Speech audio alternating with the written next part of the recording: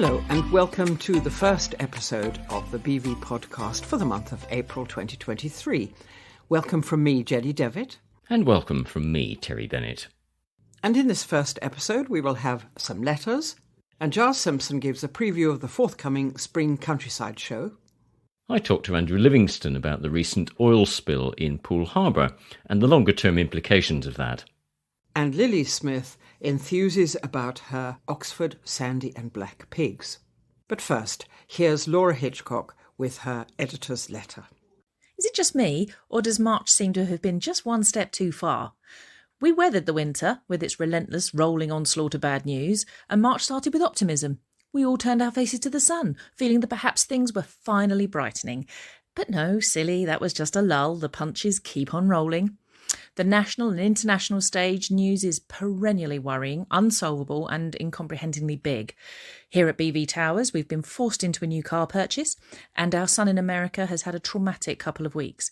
Parenting from across the world is hard when what he needs most is someone just to pop in, put the kettle on, share the load for a bit. And like every other household, there are personal bubbles that insist on suddenly popping. And yet, as always, I look for the silver lining.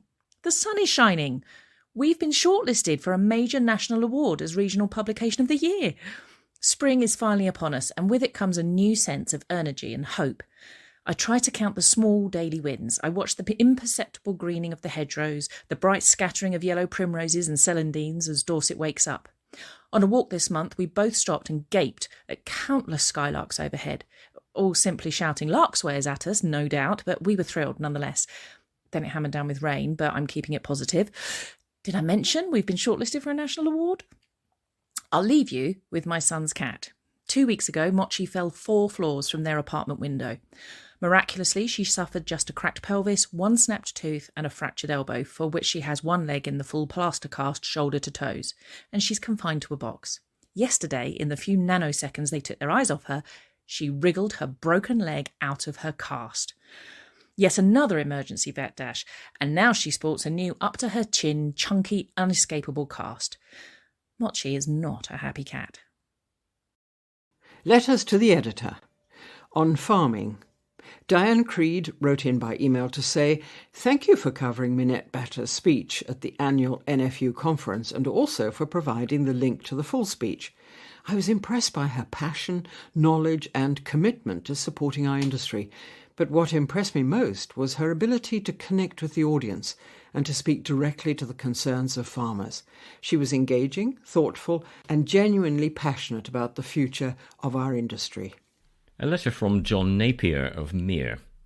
The European Union is by no means perfect, but in leaving it, the UK really did cut off its own nose to spite its face. A promise by those behind this Brexit government that EU funds would be matched if we left has been broken. There's only so much repetition of the empty levelling up slogan that ministers in Rishi Sunak's administration can do to obscure that truth. Anyone in a rural community can see that farmers continue to bear the brunt of the empty promises and the shambles that is the current, non-existent ELMS replacement.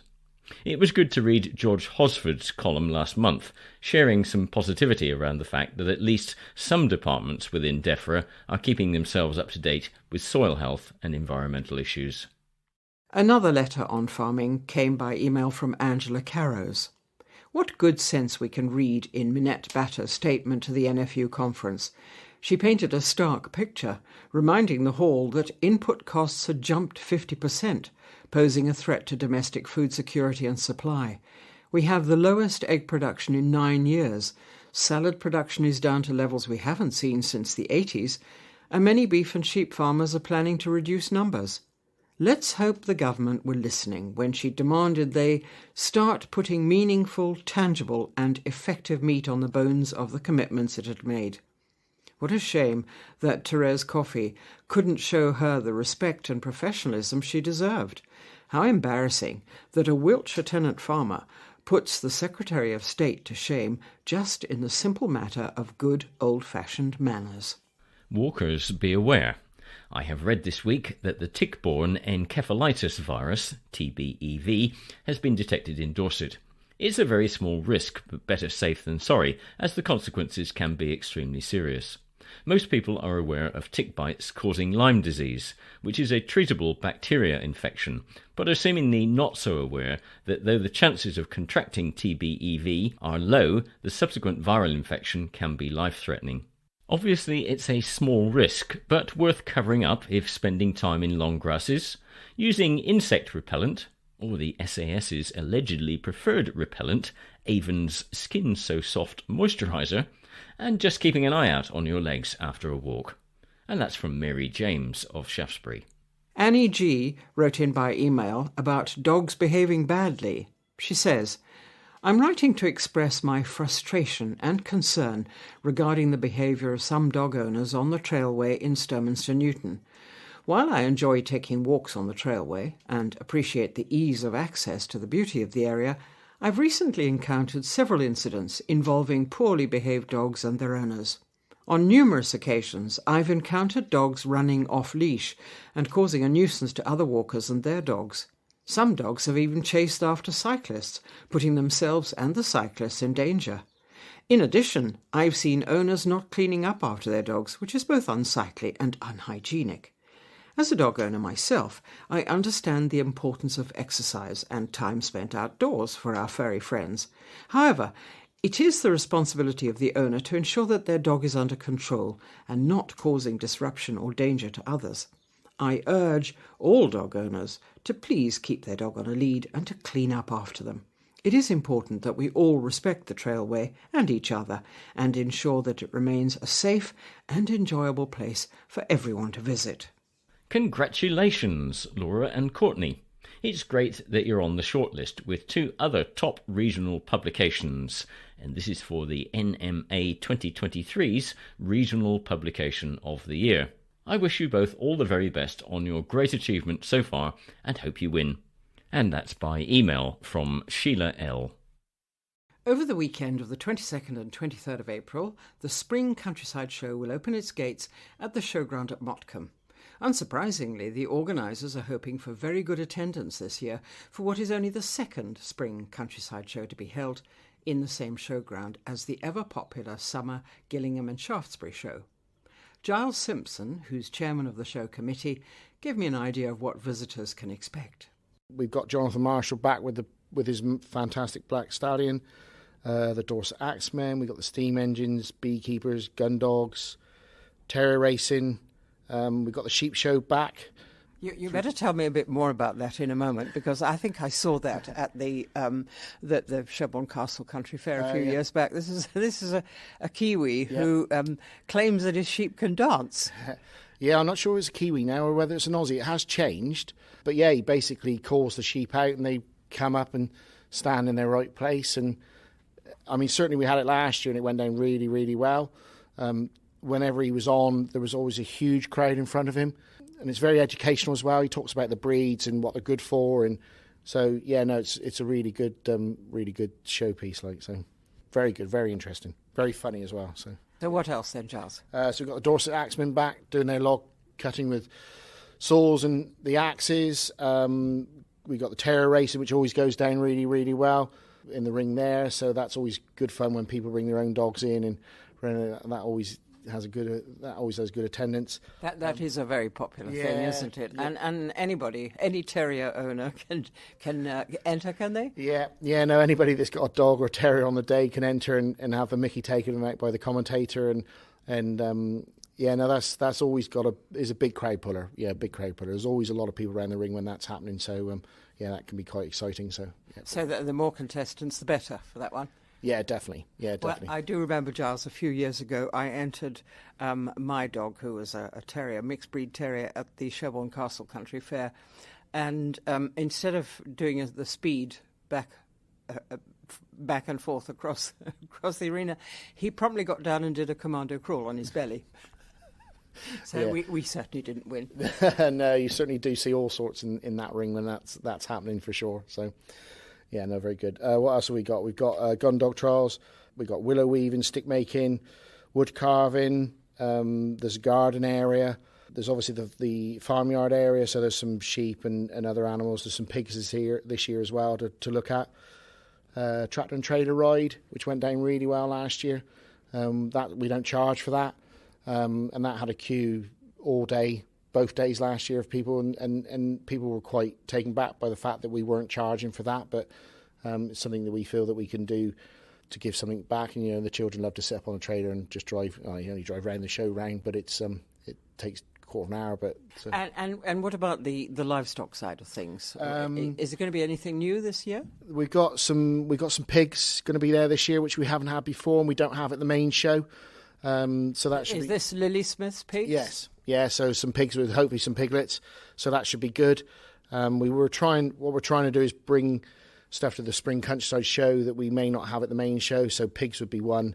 There'll obviously be the sheep show. I'm not sure we got any goats this year. We had goats last year and they were milking goats and making it into ice cream. Is a public allowed to do that at all? Have a go at milking a goat? No, looking at the way the goats were handling when they were being milked, I don't think the public would want to have a go at those. So, no. So, yeah, there are some more interest. I mean, trade stand-wise, we're up on trade stands this year. We're probably about 20-30% up on trade stands on what we were last year, so that's really good. I mean, last year we had a really good show for the first-time show last year. We had good attendance. We had sort of between 10 and 12,000 people over the 2 days. We're hoping for more this year. It's weather dependent, but fingers crossed we'll be right. Well, spring weather's always dodgy, especially at the moment, is it not? So you are, as you say, very much at the mercy of the weather. However, so for a second-only show and early in the year, you think this is a good crowd puller? Yeah, definitely. I mean, it's a totally different atmosphere to the main show in the summer. It's much more relaxed. It's a different sort of, I would say, clientele maybe.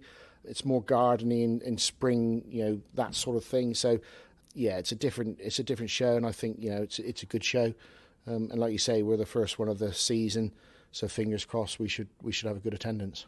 So you'll have the usual old favourites like cake competitions, the best cakes and the best floral arrangements. There wouldn't be cake competitions, and I don't think there's a floral competition, but there are demonstrations. Cooking demonstrations in one of the marquees, but there's not so much competition really. Like the summer show would be, where it's big on the competitions. The spring show isn't. It's there for people to enjoy and plenty of trade stands for spring orientated gardening or patios or whatever you want to do. It's that's where we're aiming at that, and a bit more on the education as well. So hence why we're pushing the farmyard a bit and that sort of thing. The sheep show, it's all about educating people about the countryside and the rural environment. And Jonathan Marshall, I seem to remember having seen him at the Sherborne Castle Country Fair, does a rather spectacular display, a horseback falconry display, which may possibly be the only one in the country. Yeah, I think it is. He came last year. Went down really, really. I mean, it's a stunning display. I didn't see all of it last year, but it's I mean, everybody that saw it was just taken back by it. It really was a stunning display, and we're very pleased that he was more than willing to come back this year, and he may well become an annual event where that's where he comes. It's to see his horsemanship and then to have his falcon there fly is just amazing, really. So all those sort of things. We have Jonathan Marshall is just a stunning display for sure. And Giles, will you have much in the way of horse events, anything like that, apart from Jonathan Marshall? No, not really. There's a bit of logging, so we've got a couple of heavy horses with some log doing a display. But no, there's no show jumping or anything like that. That's main for the main summer show. So and the heavy horses are obviously at the main summer show. So we're trying to keep it quite different. We don't want the two to be too similar. So, slight challenge that for an agricultural show, isn't it? Yeah, it's a slight challenge. Luckily, it's not my challenge. It's the team in the office's challenge. But they're doing a great job, and yeah, it is a difficult challenge. But we're sort of adamant that that's what we want to do. We want to keep it two separate shows. It's two definitely separate shows, two different themes. Now, Giles, I'm sure you're supposed to be impartial, but I bet you have things that are your favourites. Yeah, I think the sheep show always makes me smile. I think the actually getting I've dealt with sheep and worked with sheep through my life, and they're not easy to deal with. So to see somebody put 10 sheep up and get them to stand there and do what he wants is amazing, and the fact that he's quite a comical character. And finally, Giles, since there's so much more information and concern about the state of the environment these days, will you be dedicating part of the show to environmental matters and conservation? Yeah, we are. We're looking at that. We're looking at that for as a society in general. We're looking at how we can enhance the land that we own, how we can be much better with our rubbish and recycling and everything. So we're looking at that. So yeah, we're starting to bring a lot of that in. We're now got simple things like, the signs that we've got for the spring show. They're not throwaway now. They always used to be throwaway, but now we can hold them, and we're just going to put a new sticker over the dates. And we're doing that for the main show as well. So as a society, and that's one thing I'm keen on, is we've got to look at what the land we've got and how we can develop that to encourage more wildlife and be much better. So yes, it is part of what the remit for the society is going forward. Giles Simpson giving a preview of what will be on offer at the Spring Countryside Show at the Motcombe Showground over the weekend of the 22nd and 23rd of April. I'm talking today with Andrew Livingston, a regular contributor to the BV magazine. Andrew, thank you for joining us, and let's talk about the Poole Harbour oil spill, if we may, which took place on the 26th of March. I know you've connected with quite a few of the key people in this regard. Just run us through what happened. It was fairly minor quantity, wasn't it, but potentially quite difficult? Well, when the news first broke, I think it was pretty horrific to hear about for pretty much everybody that has an interest in both the marine ecology and the general wildlife ecology around Poole Harbour and some of the areas of grassland around there. The initial reports, as I said, were hard of hearing, but then once a week had passed or so, it seemed that the oil spill wasn't as bad as initially had been thought, and the cleanup had gone particularly well. So there was only reports of a few birds with oily patches on them, nothing like when you saw the scenes of the BP oil spill out in, where was that? I think it was off the coast of Mexico or something, where birds were just covered in oil. This was a lot more of a smaller scale, but the issue now, it stands with the mollusks and the oysters and cockles, and what damage is going to be had to them and the general marine biology underneath the surface of the water. And Poole Harbour is quite an important ecological site, isn't it? There's quite a lot going on there. It is extremely, extremely important. It's a site of specific scientific interest, SSI, but it is also part of Europe's Ramsar site, which looks at wetlands, as well as all the special birds that are out there in their mating season at the moment. So a lot of bird life, which, as we know, never mixes well with oil spills, but we seem to have done okay on this one. Now, Perenco, who are the Anglo-French parent company, I believe, admitted liability quite early on this and have been reasonably open about the whole thing, in as much that they've set up a helpline and they're giving compensation, I think, aren't they? But there's some longer-term effects on shellfish producers, I think, isn't there? That is the one question that has been left unanswered, is what the damage to the shellfish of Poole Harbour is. I spoke to Emily in my article, she's a marine biologist in the area, and she was extremely concerned about what the long-lasting damage is going to be on Poole Harbour. They're currently testing to see whether shellfish that are there can be sent off into market, because at the moment all the businesses there are completely shut down. And I think there was some concerns as well with particularly the oyster producers, in as much that they've got a fairly limited window before the oysters become too big, I think, haven't they? Yeah, they get too big for the plate was the phrase that I was given, which is something that you think, the bigger the oyster, the better. But they say that they just can't sell them when they get too big. Businesses and restaurants aren't interested in piling on massive oysters onto their plate. It's that unforeseen circumstance, isn't it, that tends to creep out of these things that we don't immediately think of. But in the longer term, it seems like they've dodged a bullet, but we're in for the long haul in terms of monitoring the effects over the coming years, by the look of it. Yeah, the birds seem to be fine, but the damage to the fish and the seaweeds and the seagrass, it's gonna take a long time to figure out what the damage has been. Fingers crossed, it will never happen again. But unfortunately, when you have a oil plant right next to such an important marine ecology, this can happen. Absolutely. Okay, Andrew, thank you very much for talking to us. Happy as a pig in muck is how you might possibly describe Lillie Smith. She does indeed get up close and personal with her rather special rare breed pigs that go by the name of Oxford Sandy and Blacks, or OSBs for short. To say she dotes on them may not be wide of the mark, and she's certainly determined to do her bit to keep this pig breed flourishing and increasing in number. Lillie and her farmer husband Morgan have a 7-acre small holding outside Shillingston, and what should it be called but Ham Farm? I asked Lillie if OSBs were an especially rare breed. It's not the rarest breed. It's actually getting more and more popular, and it has actually grown in size in the last 10 years, but it's still under 400 sows, I think it is at the moment, or it might be 406 now sows. So it's rare, but I think the land race actually are rarer, but they do need to be, all of them need to be kind of championed, otherwise they can instantly just go if they're not looked after. Absolutely. Now, I understand that actually the OSB is rarer than the giant panda. Yes, it is. I heard that through someone else who had saddlebacks, and I just looked at it. I was like, well, saddlebacks and OSBs are very similar in numbers, and I was like, that means they're all rarer than the giant panda, because there are over 2,000 in wild and even more in captivity of the giant panda. So, yeah, OSBs are rarer than giant panda, and so are saddlebacks and the other breeds. So so why did the breed become rare in the first place?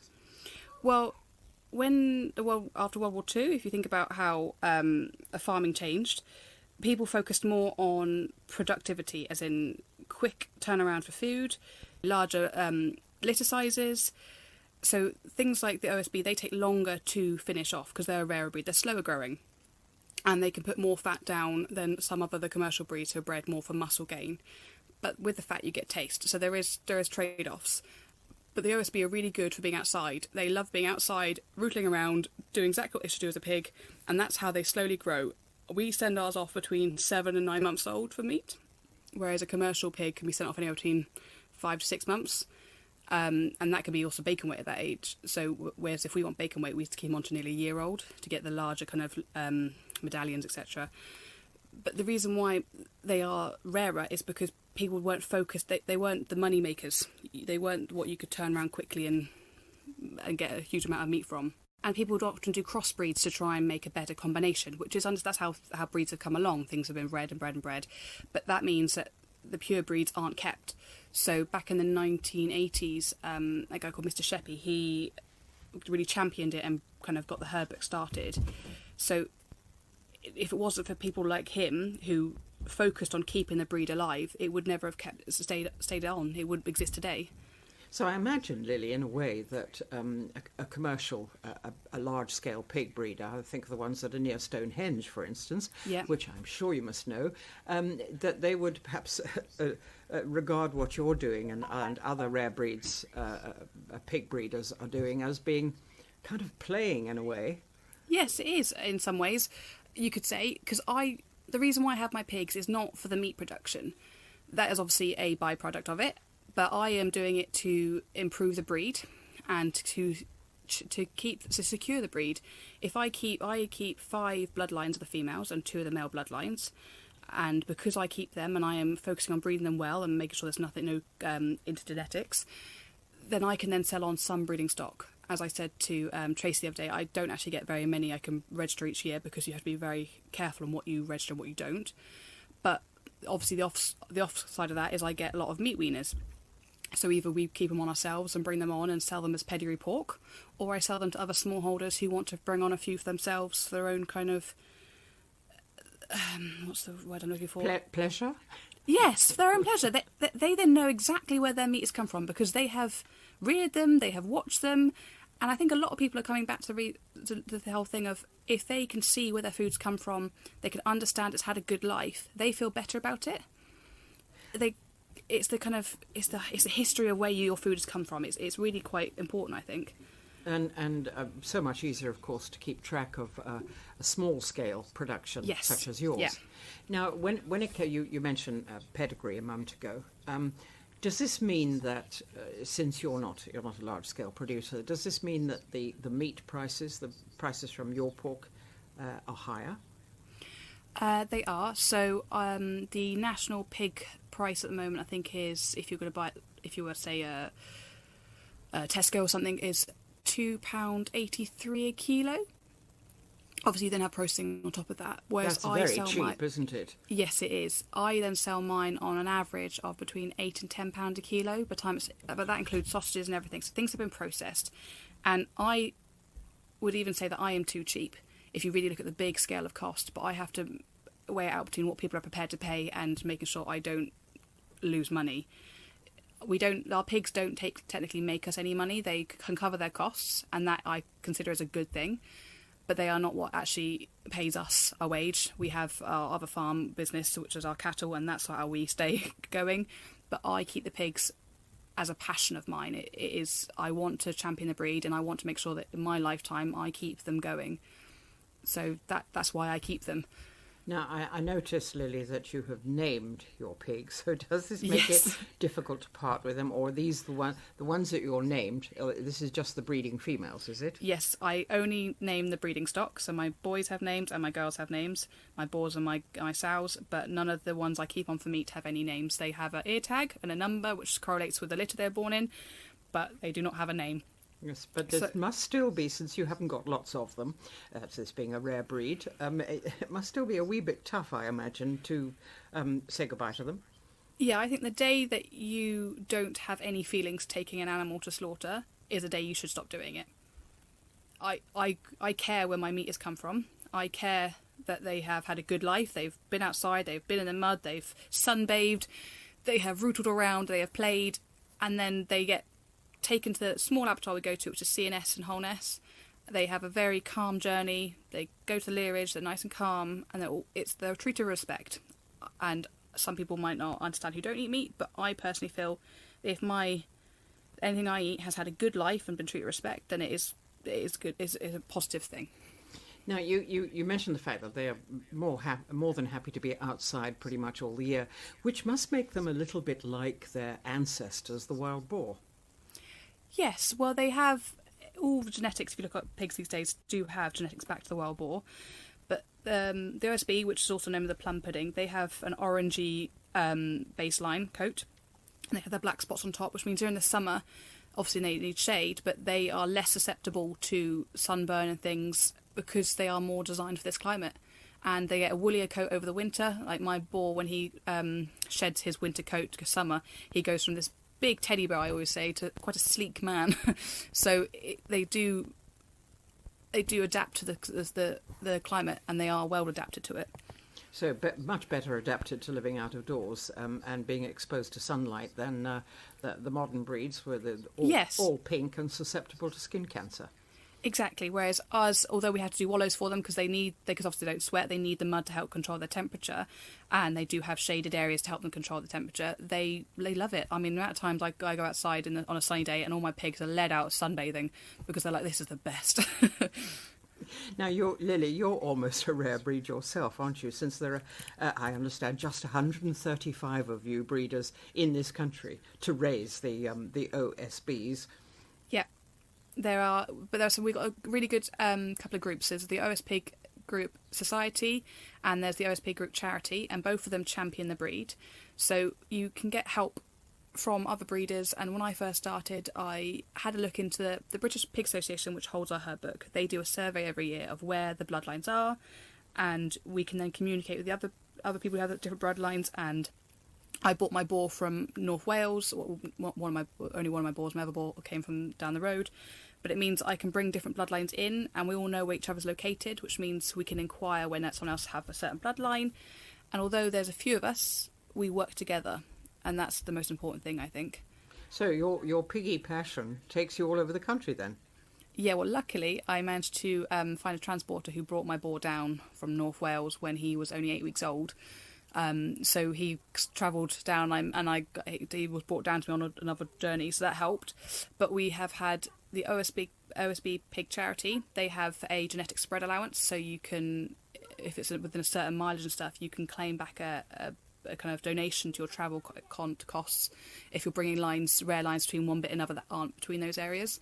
So it's really quite impressive, actually, how invested people are in the breed, even if they're, because in this charity there's also people who just keep them as meat weaners, and they focus on making sure they only buy pedigree meat weaners, because by eating them and only buying pedigree, you support the breed, even if all you are going to do them is eat them and not breed them. If we didn't eat them, we couldn't breed them, if that makes sense. Absolutely, but it must be lovely being part of a small group of rare breeds enthusiasts. I imagine you formed some good friendships, have you? Yeah, there's a lady called Kim Brooke, who is one of the trustees of the Occitania Black Pig Group, and she is so helpful. Any question you have, she's there, and it's a community. There's a Facebook group, and we post pictures on every day, and there's some people up in Scotland, North England, and I feel like I know them, even some of them I haven't met in person, because we share the same passion, and we talk about things, and we have questions, and we share information, and it's lovely. Now, Lillie, your pigs do have other roles, I understand, aside from breeding and providing sausages, like being very useful wildlife-friendly mini bulldozers. Yes, so we sold 3 gilts from my South Chelsea's litter in November to the Countryside Restoration Trust, or Regenerative Trust now, at Beer Marsh Farm in Shillingstone, and they have a 9-acre paddock they wanted to turn over so they can loosen the ground, get some more wildflower biodiversity in. And we went and had a conversation with them, and I said, this big of an area, you'll need more pigs. And they went, we don't think we want that many pigs. So they've done a smaller area. They bought 3 gilts off us. I spoke to them about, because they're going to keep them for meat at the end, I spoke to them all about the different process around here where you can take them for the abattoir and the butcher, and I went to visit them again last week or the week before, and it's amazing how much they have turned over strips. So they're working together, these 3, and they are obviously finding something under the ground, but they are literally working methodically around this area, this 3-acre paddock, and turning bits over and doing exactly what they wanted. So Elaine, who is the manager there, she is delighted with them, and she's got a team of volunteers called the Pig Watch, who go every day to make sure, and sometimes twice a day, to keep an eye on the pigs, feed them, and I think apparently it's the most popular thing they've done. There is nothing quite like a piggy snout to turn the soil over, is there? No, they are methodical with it as well. It's quite impressive. I just think if you use animals for the natural instincts, the biodiversity of any area will be increased. If everything is working in harmony, then that's what really needs to be done with farming, I think, these days. And some of your pigs, finally, Lillie, some of your pigs are going to be appearing for the first time with you, of course, at the Spring Countryside Show at Motcombe in a couple of weeks' time. Yes, they are. We've got Gladys, our sow, who is due on Thursday, so she'll have some 2-week-old piglets with her. And I'm also going to take one of my young weaners who I've marked for breeding stock with me, just to show what I look for in a pig. And we also might take one of my other sows with us. We've also got Seb Saddlebacks coming to the show, and him and his mum and his brother and his dad are bringing some of their herd, which are lovely saddlebacks, and they do a lot of showings. They're very knowledgeable. And a lady and her husband, Wowie and Paul Dunning, who've also got some OSBs, are bringing one of their sows with some piglets. So there should be lots for the public to look at, and really hope we can educate people on more than just a pink pig. Oxford Sandy and Black rare breed pig breeder Lillie Smith. And that's all for this first episode of the April 2023 BV podcast. We'll be back again next week with the next episode. So until then, it's bye-bye from me, Jenny Devitt. And it's goodbye from me, Terry Bennett.